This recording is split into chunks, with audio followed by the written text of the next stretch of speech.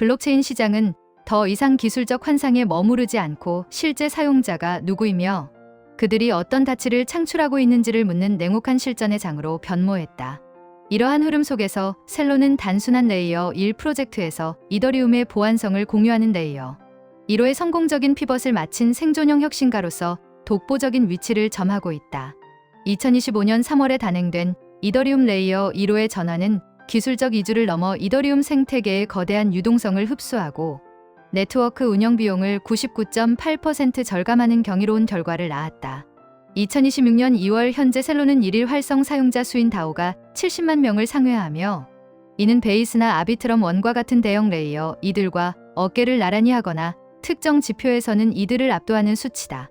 셀로의 강점은 복잡한 지갑 주소 대신 스마트폰 전화번호를 식별자로 사용하는 소셜 커넥트 기술에 있으며 이는 블록체인 거래를 마치 문자 메시지를 보내는 것만큼 단순하게 만들었다. 기술적 독점 우위의 핵심인 ODIS, 즉 오블리비어스 탈중앙화 식별자 서비스는 사용자의 전화번호를 암호화된 상태로 온체인 주소와 매핑하여 개인정보 유출 걱정 없이 직관적인 송금을 가능하게 한다. 여기서 사용되는 페퍼 기술은 사용자의 번호와 시스템의 비밀값을 결합하여 무지개, 테이블 공격과 같은 해킹 시도로부터 식별자를 보호하는 강력한 보안 장치다. 2026년 상반기에 예정된 조비안 하드포크는 이러한 셀로의 기술적 기반을 OP 스택의 최신 버전인 업그레이드 17로 끌어올리며 이더리움과의 호환성을 극대화할 예정이다. 또한 후속으로 이어질 푸사카 업그레이드는 EIP 7951과 EIP 7825 등 이더리움 개선 제안들을 수용하여 개발자들이 기존 이더리움 도구를 셀로에서 아무런 수정 없이 사용할 수 있는 환경을 제공한다. 특히 BM과 같은 최신 이더리움 라이브러리로의 전환은 애플리케이션의 구동 속도를 비약적으로 향상시키며 사용자 경험의 질을 한 단계 높이는 결정적인 요인이 되었다. 셀로 생태계 확장의 1등 공신은 오페라 브라우저와 협력하여 탄생한 미니페이다. 2026년 2월 기준 미니페이는 전 세계 60개국 이상에서 1260만 개의 활성 지갑을 확보했으며 누적 거래 건수는 3억 5천만 건에서 3억 8천만 건을 돌파했다. 미니페이는 2MB라는 초경량 용량으로 저사양 스마트폰이 주류인 신흥 시장에서 압도적인 점유율을 기록하고 있다.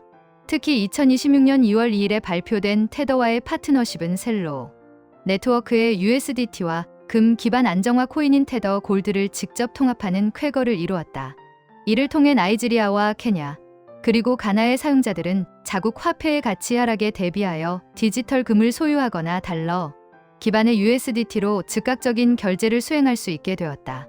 실제로 나이지리아에서는 미니페이를 통해 급여를 수령하고 이를 현지 결제 수단인 픽스나 메르카도 파고와 연동하여 실물 경제에서 사용하는 사례가 일상화되고 있다. 중장기적 성장 동력으로서 셀로가 주목하는 또 다른 축은 AI, 에이전트 경제다.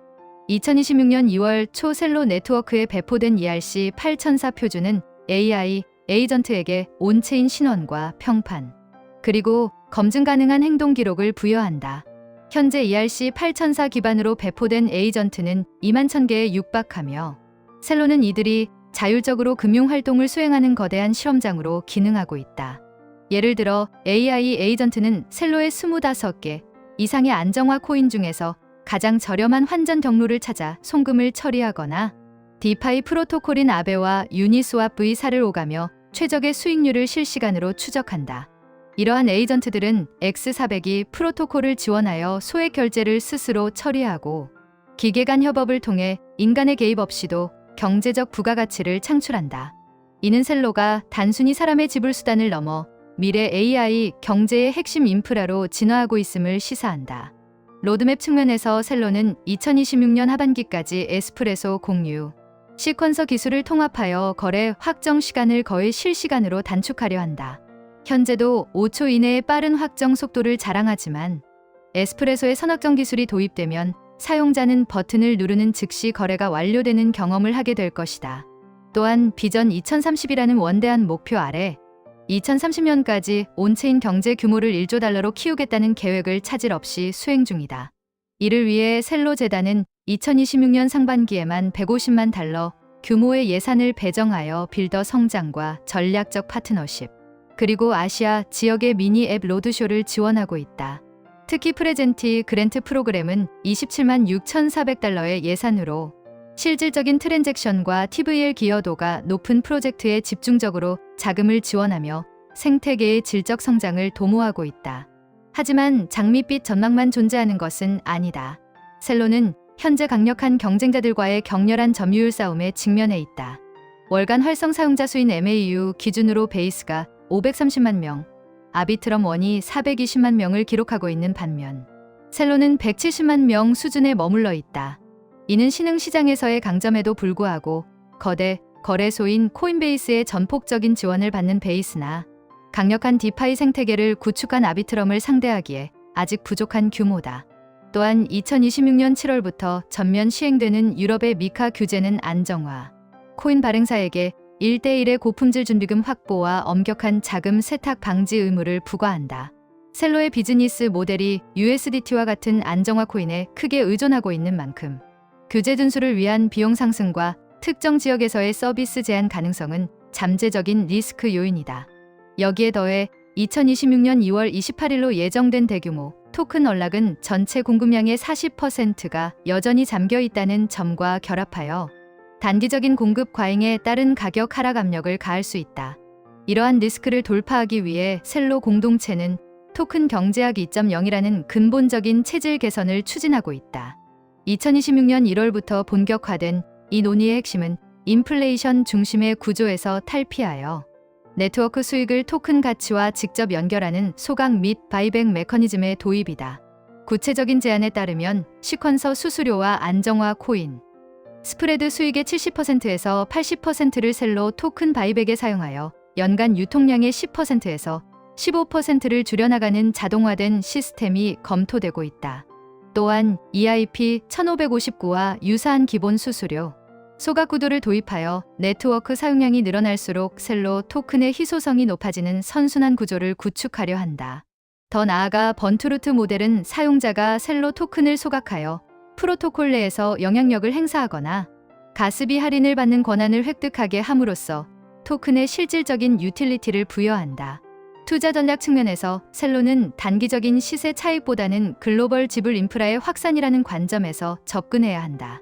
현재 셀로의 연간 수수료 수익은 200만 달러 미만으로 절대적인 수치는 낮지만 이는 사용자 확보를 위해 의도적으로 수수료를 낮게 유지한 결과다.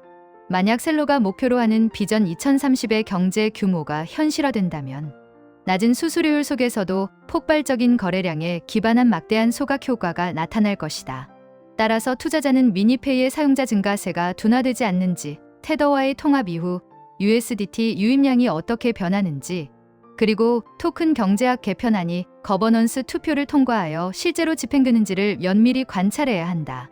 특히 2026년 중반에 예정된 ERC 8004 표준의 활성화와 AI, 에이전트들의 실제 사용 사례 증가는 셀로의 가치를 재평가하게 만드는 강력한 촉매제가 될 것이다.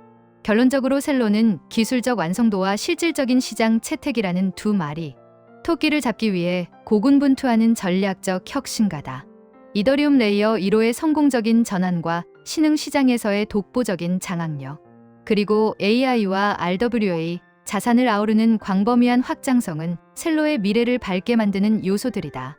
비록 대형 경쟁자들과 규제의 파고가 높지만 실제 삶의 문제를 해결하는 블록체인이라는 셀로의 철학은 그 어떤 프로젝트보다 견고한 사용자 기반을 만들어냈다. 2026년은 셀로가 단순히 유망한 코인을 넘어 전 세계 수천만 명의 일상을 지탱하는 금융 운영 체제로 우뚝 서는 한 해가 될 것이며 그 여정에서 창출되는 가치는 초기 진입자들에게 매력적인 보상으로 돌아올 가능성이 높다. 셀로라 그리는 1조 달러 온체인 경제의 서막은 이제 막 시작되었으며 우리는 이 생존형 혁신가가 써나가는 새로운 금융의 역사를 주목해야 한다. 전문가적인 시각에서 덧붙이자면 셀로의 성공 여부는 결국 네트워크 효과의 임계점을 돌파하느냐에 달려있다.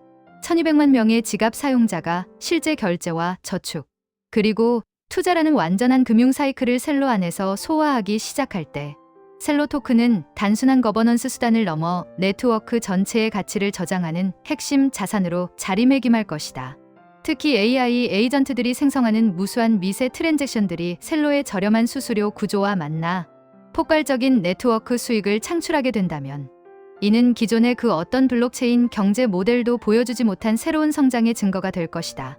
규제 환경의 변화 또한 위기이자 기회로 작용할 수 있으며 미카와 같은 명확한 가이드라인 아래에서 셀로가 제도권 안정화, 코인들과의 결합을 더욱 공고히 한다면 기관 투자자들의 자금이 유입되는 통로로서의 역할도 기대할 수 있다.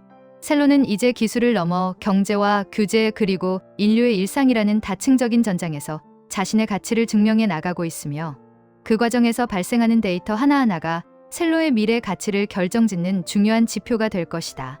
사용자의 전화번호가 계좌가 되고 AI가 자산을 굴리며 디지털 금이 스마트폰 속에 저장되는 세상, 그 중심에 셀로가 서 있다. 이긴 호흡의 분석이 독자들에게 셀로라는 프로젝트의 본질을 꿰뚫어보는 통찰을 제공하고 다가올 웹3 금융시대의 나침반이 되기를 바란다. 셀로의 행보는 멈추지 않을 것이며 2030년이라는 종착역을 향해 더욱 빠르고 강력하게 전진할 것이다.